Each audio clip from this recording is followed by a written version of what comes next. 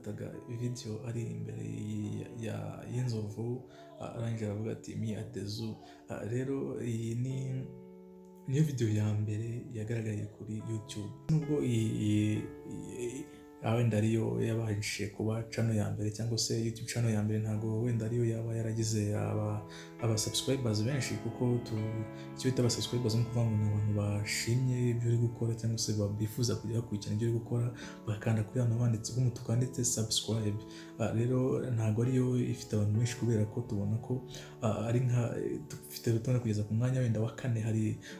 hari iyo bita T-Series yo muri India cyangwa se mu Buhinde. Iyi T-Series ni channel ikora ibintu bijyanye cyangwa se ni YouTube channel ica ibintu by'imiziki, ikaba ifite aba subscribers bangana na miliyoni 188 ya miliyoni 188. Urumva ni miliyoni nyinshi.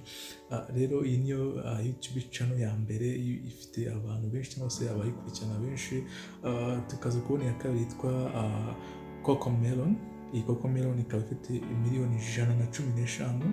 iya gatatu ari umuntu witwa PewDiePie, akaba afite miliyoni 110 ku giti cye. Akaba dufite indi ya gatatu yitwa Set India, ikaba ifite miliyoni 109. Rero ni zimwe mu channel zabashe kugira cyangwa se ni zimwe mu YouTube channel cyangwa se zabashe kugira abantu benshi baba subscribe cyangwa se bazikurikirana. Rero ibi ngibi byagiye bituma ukuntu abantu bagenda bitabira YouTube cyangwa se babasha kugaragaza ibintu byabo kuri YouTube channel.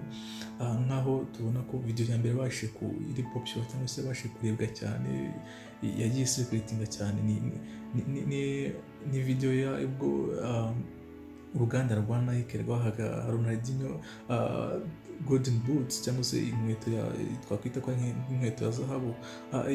Naka video rero Nike yafashe ikagashyira kuri YouTube, kakabasha kugenda karebwa cyane, kuko niko aha ni naho bituma bigaragaza ko Nike cyangwa se uruganda rwa Nike ruri mu makampani yabasha kujya promotinga YouTube.